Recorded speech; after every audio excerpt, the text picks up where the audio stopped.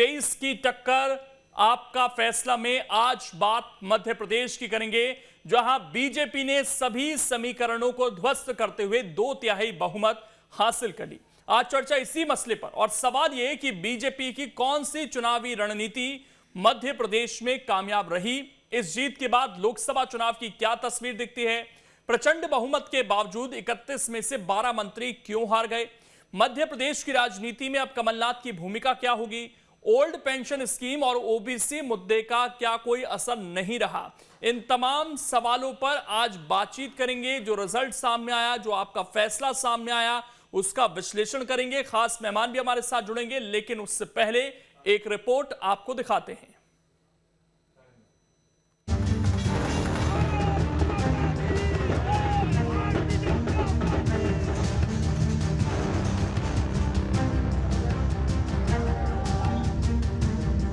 मध्य प्रदेश में 163 सीट और 48% से ज्यादा वोट प्रतिशत के साथ बीजेपी ने बम्पर जीत हासिल की है। मध्य प्रदेश के नतीजों ने हर एक पॉलिटिकल पंडित को गलत साबित कर दिया। अब सियासी दलों से लेकर आम लोगों के बीच इस हार जीत के कारणों पर चर्चा हो रही है।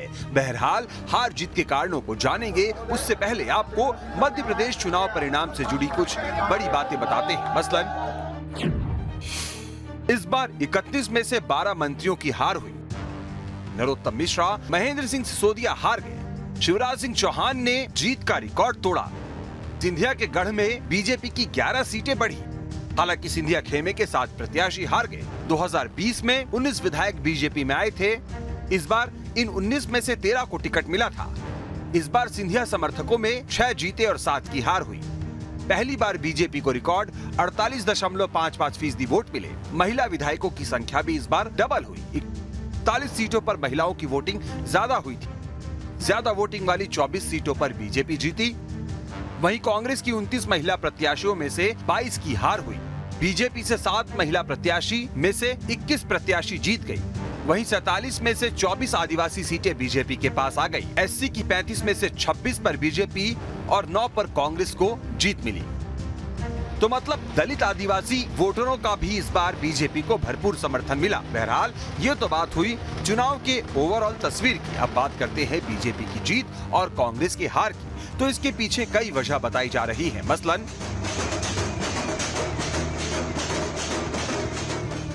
बीजेपी की जीत के पीछे लाडली बहना योजना, कांग्रेस की हार की वजह वादों पर जनता का भरोसा नहीं करना बताया जा रहा है। इसी तरह बीजेपी की जीत की बात करें तो मोदी का चेहरा और डबल इंजन का नारा, तो कांग्रेस की हार के पीछे कमलनाथ का अति आत्मविश्वास बताया जा रहा है।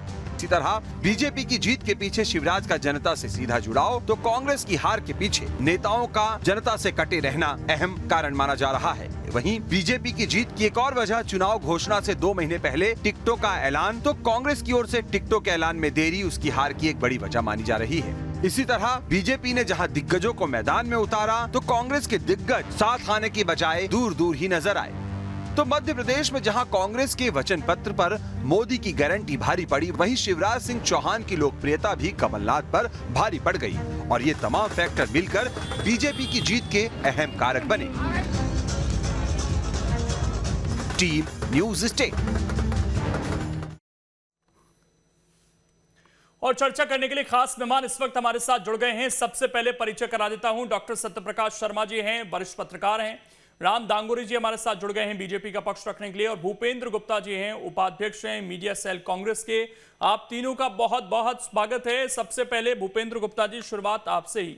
देखिए, आप लोग तो कॉन्फिडेंट थे जीत को लेकर, लेकिन फिर ऐसा क्या हुआ और ये जो करंट था इसको क्यों नहीं भांप पाए आप लोग और इतनी बड़ी हार का सामना करना पड़ा? नहीं थे, आप लोग भी कॉन्फिडेंट थे और आप लोग जो रिपोर्ट दे रहे थे वो भी सब सामने थी। आप भी कह रहे थे कि सरकार कांग्रेस की आ रही है जो है, लेकिन बढ़त थोड़ी कम होगी। ये तो आप कह रहे थे, सारा मीडिया कह रहा था और पूरे प्रदेश की जनता कह रही थी। अब अगर सारे के सारे लोग, ये लाखों लोग जो ये करोड़ों लोग जो ये महसूस कर रहे थे कि एक ऐसी सरकार आ रही है और सरकार उससे उससे न केवल उलट बल्कि उससे जो है और 10-15% की ऊंचाई लेकर अगर सामने आई है, तो ये तो शोध का विषय है, इस पर रिसर्च होनी चाहिए। और इस पर जो है कि हमारे पास 40% वोट थे, हमारे 40% वोट ज्यों के त्यों हैं, और जो दूसरी पार्टियां अदर्स थे उनके वोट ज्यों के त्यों हैं। लेकिन भाजपा के वोटों में एकदम जो है 8% का स्विंग और उछाल आया है। तो ये रिसर्च का सब्जेक्ट है, ये तो अब देश जो जो लोग भी लोकतंत्र के प्रति चिंतित हैं उन्हें इस पर शोध करना चाहिए। ये केस स्टडी का सब्जेक्ट है। लेकिन कल से आज तक कुछ मोटा माटी केस स्टडी की है आप लोगों ने जो आपको समझ आया हो? एक दिन में नहीं होती है, ये सब बहुत सारे इसमें टेक्निकल चीजें शामिल हैं, इसमें मशीनें भी शामिल हैं, इसमें टेक्नोलॉजी भी शामिल है, इसमें जो है बहुत सारी चीजें शामिल हैं। तो समय पे अध्ययन करेंगे, ये तो बड़े बड़े विश्वविद्यालयों के काम है। हम लोग तो जो है इसके केवल कहना चाहिए कि गवाह हैं और शिकार हैं। हम धन्यवाद करा हमने चुनाव आयोग का कि हमने जो जनता का धन्यवाद किया कि जिसने जो जनमत दिया है। ये सब जानते हैं, आपका मीडिया भी जानता है, पूरा प्रदेश जानता है कि ये चुनाव जनता लड़ रही है। इस चुनाव का जो अभिमत आया है सामने, उससे जो है जनता के साथ ये बात हुई है कि जनता स्वयं इस पर विश्वास नहीं कर पा रही, खुद ही पूछ रही है कि मेरा वोट कहाँ गया। भारतीय जनता पार्टी के मित्र जो है ढंग से विजय उत्सव नहीं निकाल पा रहे हैं, न विजय उत्सव मना पा रहे हैं। वो भी अचंभित हैं कि अचानक जो है ये बरसात कहाँ से हो गई। तो ये चीज जो है सामने है और इस पर हम लोग तो जनता का जनमत स्वीकार कर चुके हैं और शिरोधार्य करते हैं। जनता ही जनार्दन है लोकतंत्र, और जो जनार्दन का एक चीज ये निकलकर सामने आ रही है, बाकी उसका आकलन ये हो रहा है कि जो सरकार ने योजना चलाई खासकर बहनों को लेकर, और जो आप नाराजगी की बात कर रहे थे, तो इसमें सीधे तौर पर प्रधानमंत्री का चेहरा सामने रख दिया गया और डिलीवरी सिस्टम इतना बेहतर था कि ग्राउंड पर आप किसी से भी पूछिए महिलाओं से तो वो ये कहती थी कि हाँ लाभ मिल रहा है। तो क्या आपको लगता है कि इसका भी एक असर हुआ और वो सीधे मुख्यमंत्री से जो उनका एक अपना एक कनेक्शन बनता है, इमोशनल कनेक्शन बनता है, वो कमलनाथ नहीं बना पाए, बेशक वो 1500 रुपए की बात कह रहे थे?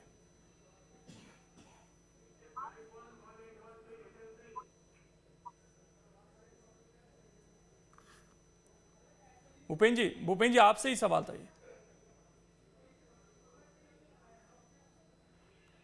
ठीक, दोबारा से जुड़ने की कोशिश करते हैं। लेकिन राम दांगोरी जी, अभी जिस तरह की ये जीत मिली, जाहिर बात है अब इसके आगे भी सवाल पूछे जा रहे हैं कि भाई मंत्रिमंडल के इतने सारे साथी कैसे हार गए जब इतनी बड़ी लहर थी, और अब आगे उन नेताओं का क्या होगा, क्योंकि उसमें कई बड़े नेता भी हैं, उसमें आपके केंद्रीय मंत्री भी हैं, उसमें गृह मंत्री भी शामिल हैं, और खासकर बड़े नेताओं को तो इसीलिए चुनाव में उतारा गया था कि भाई वो ना सिर्फ अपनी सीटें जिताएं बल्कि आसपास की सीटें भी जिताएं, जिसमें काफी सारे नेता कामयाब हो गए, लेकिन उसके बावजूद कैबिनेट के कई साथी हार गए। देखिए, चुनाव में हार जीत का मसला तो होता ही है, और अगर बड़े नेता चुनाव हारे हैं तो इसमें कोई समस्या वाली बात नहीं है। पार्टी संगठन उनको कहीं ना कहीं दूसरी जगह काम में लेगा। अभी सामने लोकसभा के भी चुनाव है और कई सारे आयोग है, उसमें उपाध्यक्ष अध्यक्ष के पद है और भी कई सारे विभाग है, उसमें वे लोग जाएंगे और पार्टी का काम करेंगे, क्योंकि आगे 2024 में हमारे लिए लोकसभा चुनाव बहुत महत्वपूर्ण है और मंत्रिमंडल के गठन करने के बाद से ही हम लोग लोकसभा चुनाव की तैयारियों में लग जाएंगे, क्योंकि बूथ स्तर पर हम लोगों को अभी वापस लोड करके काम करना है। और ये जो जीत हुई थी निश्चित रूप से ये हमारे कार्यकर्ताओं की मेहनत का परिणाम है। आप देख सकते हैं आज से 2-2.5 साल पहले से जो भारतीय जनता पार्टी ने मेरा बूथ सबसे मजबूत अभियान चलाया था, हमने एप्लीकेशन के माध्यम से कार्यकर्ताओं की सदस्यता की थी, उस समय लोग हम पर हंस रहे थे कि पता नहीं ये लोग कुछ ना कुछ करते रहते। आज उसका परिणाम ये है कि भारतीय जनता पार्टी को प्रचंड जीत मिली है। उस समय हितग्राहियों के माध्यम से, सरकारी योजनाओं के माध्यम से, जन कल्याणकारी योजनाओं के माध्यम से, विभिन्न माध्यमों से हम लोग लगातार 2.5 वर्षों से जनता के बीच में बने हुए थे और जनता ने और लाडली बहना योजना ने हमको जो है ये प्रचंड बहुमत हासिल करने में मदद करी है। लेकिन आपने ये कहा कि कई बड़े नेताओं को हम आगे भी यूज करेंगे, लेकिन जो नेता जीत कर आ गए अभी, क्योंकि उनकी इस्तेमाल, उनकी उपयोगिता अब आगे क्या होगी उसको लेकर भी सवाल पूछे जा रहे हैं, क्योंकि आपके पास एक स्थापित चेहरा है, उनके चेहरे पर यह बताया जा रहा है कि उनकी लाडली बहना स्कीम काम कर गई, और प्रधानमंत्री का चेहरा भी सामने था, तो दोनों को क्रेडिट इसमें दिया जा रहा है। लेकिन बहुत सारे जो बड़े नेता थे वो भी क्रेडिट लेने की कोशिश कर रहे हैं। चाहे कैलाश विजयवर्गीय को आज उनके समर्थकों ने एक बोर्ड पकड़ा दिया जिसमें मुख्यमंत्री लिखा हुआ था उनके नाम के नीचे। कार्यकर्ताओं का उत्साह रहता है, वे अगर जैसे कोई किसी को देखना चाहते हो तो उसमें कोई गलत बात नहीं है। कार्यकर्ताओं की अपेक्षा रहती है, कार्यकर्ताओं को अपनी बात रखने का पूरा अधिकार देने वाली पार्टी भारतीय जनता पार्टी है। आपने देखा होगा कि विकास यात्रा निकाली थी जब हमने, तो विधायकों के, मंत्रियों के जगह जगह विरोध हुए थे, तो चावल चापलने का काम चल रहा था वो कि क्या स्थिति ग्राउंड पर है, इसको क्या मैनेज कर पाएंगे नहीं कर पाएंगे। आपने भी देखा होगा कई जगह फरवरी में विरोध भी हुए थे। तो भारतीय जनता पार्टी एकमात्र ऐसी पार्टी है कि अपने कार्यकर्ताओं को पूरा अवसर देती है। कार्यकर्ताओं की इच्छा है, वो कार्यकर्ताओं ने अपनी इच्छा जाहिर करी है। लेकिन अभी भूपेंद्र गुप्ता जी को हम सुन रहे थे, वो ये कह रहे हैं कि ये तो केस स्टडी है। इस जीत को तो शायद बीजेपी के नेता भी अभी तक स्वीकार नहीं कर पा रहे हैं और वो इशारा कर रहे हैं, हालांकि उन्होंने सीधे तौर पर नहीं कहा। उन्होंने कहा कि अभी तो इसकी जांच होनी चाहिए कि मशीन में गड़बड़ हुई, टेक्नोलॉजी में गड़बड़ हुई, वो इस तरफ इशारा कर रहे हैं। देखिए, एक तो ये भूपेंद्र गुप्ता जी काफी अच्छे प्रवक्ता है कांग्रेस के, इनसे पूछ करके भारतीय जनता पार्टी के नेता स्वीकार करेंगे या स्वीकार नहीं करेंगे ये मसला नहीं है। कोई हम कांग्रेस से पूछने के लिए नहीं जाएंगे, नंबर एक।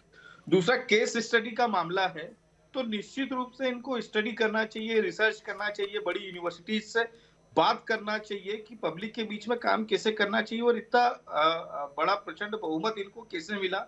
इनके पास में टाइम है अभी पूरे 5 साल का, और ये 2-4 दिन का काम नहीं है जैसा भूपेंद्र जी बता रहे थे। तो पूरे 5 साल ये स्टडी करे और उसमें सुधार करके फिर आने वाले चुनाव में, 28 के चुनाव में फिर वो सामने आए। तो अगर अच्छा काम करेंगे तो जनता उनको एज देगी, उनको जिताएगी। अच्छा काम नहीं करेंगे तो इनको वापिस से 23 जैसी स्थिति का सामना करना पड़ेगा। हालांकि ये लोग अच्छा काम नहीं करेंगे, ये आपस में ही झगड़ते रहते हैं। सत्यप्रकाश जी, आप लगातार पूरा चुनाव आपने देखा और आप ये बार बार कहते थे कि ये लाडली बहना स्कीम LBS ये काम करेगी, और आपकी कल से लेकर अब तक की मैं केस स्टडी जानना चाहता हूं। भूपेंद्र जी तो कह रहे हैं थोड़ा समय लगेगा, लेकिन आपने जो अभी पिछले 24 घंटे में क्या केस स्टडी की इस पूरे रिजल्ट को लेकर? देखिए लोकेश जी, अच्छा सवाल पूछा आपने। ये पब्लिक में एक मैसेज था कि कांग्रेस की हवा है या सरकार के खिलाफ एंटी इनकम्बेंसी है। लेकिन मैंने हमेशा ये चीज कही कि इसमें सबसे बड़ा फैक्टर जो पोलस्टर्स नहीं जान पा रहे हैं वो लाडली बहना योजना है। यानी कि उसको मैंने अंडर करंट हमेशा बताया। मैं ये मान के चलता हूं कि मध्य प्रदेश में जीत एक कॉम्बो है, वो प्रधानमंत्री की गारंटी पर गारंटी, दूसरी शिवराज सिंह चौहान की पीपल कनेक्टिविटी और उनकी वेलफेयर में स्कीम, और सबसे महत्वपूर्ण लाडली बहना योजना को प्रमोट करना, उसकी डिलीवरी प्रॉपर बेनिफिशियरी तक पहुंचना, जिसमें कहीं ना कहीं, हालांकि नारी शक्ति सम्मान जो कांग्रेस का था उसमें वही चीजें थी, उससे भी थोड़ा ऊपर था। लेकिन कांग्रेस की जो स्ट्रैटेजी रही उनकी डिलीवरी सुनिश्चित नहीं कर पाई, जिससे कि लाडली बहना के कार्ड को निकाला जा सके। इनकी जो मीडिया सेल है, मीडिया के इंचार्ज भी हैं, आप वाइस प्रेसिडेंट हैं, गुप्ता जी बहुत विद्वान व्यक्ति हैं, वो हमारी फील्ड से ही आए हुए हैं, जर्नलिज्म की फील्ड से गए हुए हैं। इन्हें भी इस चीज के विचार की आवश्यकता शायद मुझे महसूस हो रही है कि आपकी मीडिया टीम जो थी केवल कमलनाथ के ट्वीट को रीट्वीट करती रही। उसने पब्लिक में जो प्रोमिसेस, जो गारंटीज थी, उनकी डिलीवरी कितनी सुनिश्चित की? केवल कमलनाथ की चाटुकारिता तक कांग्रेस की मीडिया सेल रही। यह बिल्कुल खरी और चौकी बात है। कांग्रेस ने जो वादे किए उसकी डिलीवरी सुनिश्चित ना हो पाना, इसमें एक बड़ा रोल है। दूसरा, लीडरशिप की क्राइसिस। केवल कमलनाथ घूमते रहे, दिग्विजय सिंह वर्कर को कोऑर्डिनेट करते रहे। यहां फौज खड़ी थी, भारतीय जनता पार्टी की फौज खड़ी थी। दूसरा, कांग्रेस ने एक बड़ी कमी की, उसको लगा कि पब्लिक ओपिनियन ये आ रहा है कि हम आ रहे हैं, पर आपने अपने एफर्ट्स क्या लगाए? केवल आप इस वजह से आते रहे कि एंटी इनकम्बेंसी अगेंस्ट गवर्नमेंट। मुझे नहीं लगता कि ये भारतीय जनता पार्टी जैसी मजबूत पार्टी से टकराने का रास्ता था। केवल एंटी इनकम्बेंसी सहारा कमलनाथ जी पूरी 230 विधानसभाओं के दौरे भी नहीं कर पाए, जबकि उनके अपोनेंट लीडर शिवराज सिंह चौहान, जिनके खिलाफ एंटी इनकम्बेंसी मानी जा रही थी, वो 165 rallies during the election campaign की। आपको याद हो 2003 में कांग्रेस की सरकार आई थी, नहीं सॉरी 1993 में कांग्रेस की सरकार आई थी। दिग्विजय सिंह उस समय प्रदेश कांग्रेस कमेटी के अध्यक्ष थे। उन्होंने अध्यक्ष रहते हुए पूरी उस समय 230 नहीं थी, 320 विधानसभा क्षेत्र थी। एमपीसीजी एक था, पग पग से नाप दिया था और मध्य प्रदेश में 10 साल लगातार राज किया। ये स्थिति एक सबसे मेजर फैक्टर मैं आपको बताना चाह रहा हूं, कर्नाटका से इन्होंने सीख नहीं ली कि कर्नाटका में जो जीत का श्रेय था वो 3 महीने पहले टिकट डिस्ट्रीब्यूशन, ये लास्ट मोमेंट पर टिकट डिस्ट्रीब्यूट करते रहे। आप डिलेमा में रहे किसको उतारें किसको ना उतारें, और उन्होंने कांग्रेस के जो लोग थे 60 टिकट बदल दिए। ये इससे मैसेज पार्टी का क्या जाता है कि आप कॉन्फिडेंस में नहीं हो, पार्टी कॉन्फिडेंस में नहीं है। कई बार कैंडिडेट से बड़ी पार्टी होती है और पार्टी सिलेक्शन में जो बड़े लीडर हैं इनके, उन बड़े लीडरों पर बड़े बड़े आरोप हैं। मामा भांजे साथ साथ आ रहे हैं, जो जहां चाहा उसको फ्री हैंड कर दिया, चाहे जीत रहा है नहीं जीत रहा है, उनका आदमी है टिकट देना है, जबकि सर्वे सब धरे रह गए।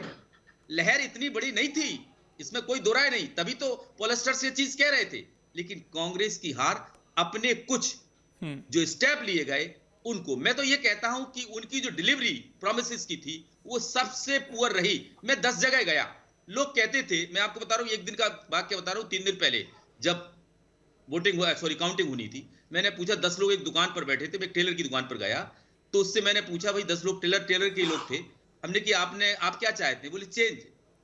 10 में से 7 लोगों ने ये कहा कि वोट मैंने बीजेपी को दिया।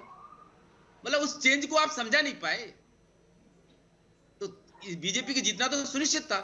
और मैं कह रहा था आपसे कि लाडली बहना योजना ने मैं अंडर करंट था, उसका कार्ड भारतीय जनता पार्टी कांग्रेस निकालने में नाकामयाब रही। दूसरी, इसमें कोई दो राय नहीं, मध्य प्रदेश की राजनीति में सबसे चर्चित चेहरा जिसकी पीपल कनेक्टिविटी सबसे अधिक है, वो शिवराज सिंह चौहान हेड ऑन रहे इस पूरे इलेक्शन में भारतीय जनता पार्टी की तरफ से। भले ही 7 लीडर्स आ गए, ज्योतिरादित्य आ गए, ज्योतिरादित्य के रीजन में तो खुद भारतीय जनता पार्टी जिनके जो 13 कैंडिडेट थे उनमें से कितने आ रहे सबको पता है, यानी ज्योतिरादित्य का असर तो मुझे नजर नहीं आता चंबल में। लेकिन हाँ, ग्वालियर चंबल रीजन भारतीय जनता पार्टी का गढ़ है, वहां उसने जो किया बेहतर करके दिखाया, जबकि ज्योतिरादित्य सिंधिया का उसको कई जगह नुकसान हुआ। जो यही सवाल है, मैं भूपेंद्र गुप्ता जी से पहले ही पूछ रहा था। भूपेंद्र गुप्ता जी, शायद मौका तो था आप लोगों के पास, जिस बात को आप कह रहे हैं कि हर कोई चेंज चाहता था, लेकिन आप लोग शायद उस चेंज को उन तक समझा नहीं पाए, उनसे कनेक्ट नहीं हो पाए, और टिकट वितरण को लेकर भी अब सवाल यहां पर उठने शुरू हो गए हैं, क्योंकि वो एक संवाद तो सामने रख दिया था कमलनाथ और दिग्विजय सिंह के सामने। हर जगह हर पार्टी में होता है, लेकिन उस चीज को भी शायद मैनेज नहीं कर पाए, सर्वेस पे विश्वास नहीं कर पाए। जो 6 महीने पहले टिकट वितरण की बात कही गई थी वो हो नहीं पाई, उल्टा आपको कई जगह टिकट बदलने पड़ गए। देखिए, हम लोग अभी आत्मावलोकन के जो है दौर में हैं, और चूंकि पराजय है और पराजय को हमने स्वीकार किया है, इसलिए ये जो सारे जितने भी सवाल उठा रहे हैं, प्रकाश जी ने भी जो सवाल उठाए, इन सवालों पर हम विचार करेंगे। इनको जो है हम दरकिनार थोड़ी करेंगे, ना खारिज करेंगे। हम जरूर निश्चित रूप से इसका आत्मावलोकन करेंगे कि क्या इस तरह की जो त्रुटियां हुई हैं, क्या ये भी उसमें शामिल हैं।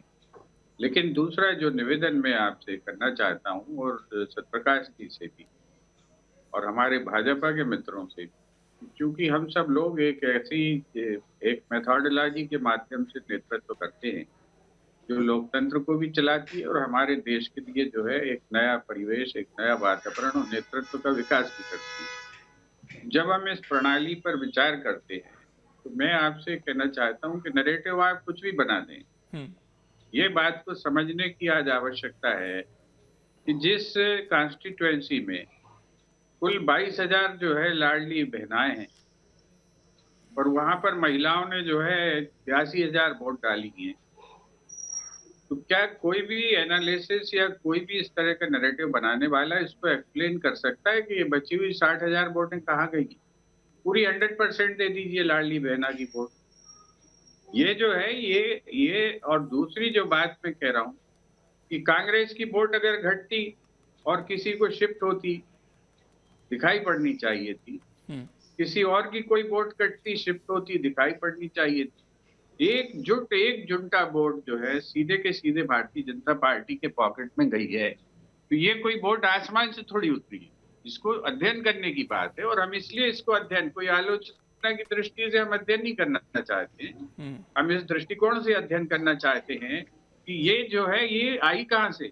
मैं ऐसी कई कॉन्स्टिट्यूएंसी बता सकता हूँ, आपको बताता हूँ इसका अध्ययन कीजिएगा, क्योंकि मेरा समय थोड़ा सा कम है मेरे पास। में एक आखिरी सवाल आपसे पूछना चाहता हूं, क्योंकि आपके दो बड़े लीडर थे, दिग्विजय सिंह और कमलनाथ, उनके लिए चुनाव बेहद महत्वपूर्ण था पर्सनली भी, और ये कहा जा रहा था शायद आखिरी चुनाव हो सकता है। लेकिन अभी एक बड़ा चुनाव बहुत जल्दी है, और वो देश का चुनाव है, लोकसभा का चुनाव है। 29 सीटें यहां पर हैं मध्य प्रदेश में। उनको लेकर अब क्या कोई लीडरशिप में बदलाव हो सकता है, या अभी जो वर्तमान लीडरशिप है वो कंटिन्यू करना चाहते हैं? कार्यकर्ताओं का क्या भाव है? कार्यकर्ता के रूप में भी मैं आपसे पूछता हूँ। कार्यकर्ता तो इस नेतृत्व में पूरी आस्था रखते हैं, नेतृत्व ने कोई कमी की नहीं। आपसे कहूँ, कमलनाथ जी ने हमेशा कभी भी उन्होंने ये मतलब जो है भारतीय जनता पार्टी की तरफ फेंकने की कोशिश नहीं की। उन्होंने हमेशा कहा कि हमारी लड़ाई जो है भारतीय जनता पार्टी के संगठन से। हम पहले दिन से मान के चलते हैं कि भाजपा का संगठन हमारे दृष्टिकोण से हमारी तुलना में मजबूत था, इसीलिए तो हमने जो है उसको 3 टायर नीचे उतारा है। नहीं, सवाल शायद सर इसलिए भी बनता है भूपेंद्र जी, क्योंकि 2003, उसके बाद 8, 13, 18 में बराबरी जैसा मुकाबला, और 23 में यह हार। तो कहीं तो आपको चेक एंड बैलेंस करना होगा लीडरशिप को लेकर भी। नहीं, मैंने आपसे कहा हम आत्मावलोकन के दौर में। आज बीजेपी कहती है ना कि हमने 70 साल राज किया है। 70 साल का भी राज हट जाता है, तो ये भी हट जाएगा 18-20 साल का राज। कोई बड़ी समस्या नहीं है, ये लोकतंत्र है। बिल्कुल, चलिए, लोकतंत्र है और ये जनादेश आ गया है। किसी को अवलोकन करना है और किसी को अब ये देखना है कि आगे जो सरकार चलानी है उसको शेप किस तरीके से देनी है। तो मंथन का दौर दोनों तरफ जारी है। बहरहाल बहुत शुक्रिया आप तीनों का जुड़ने के लिए और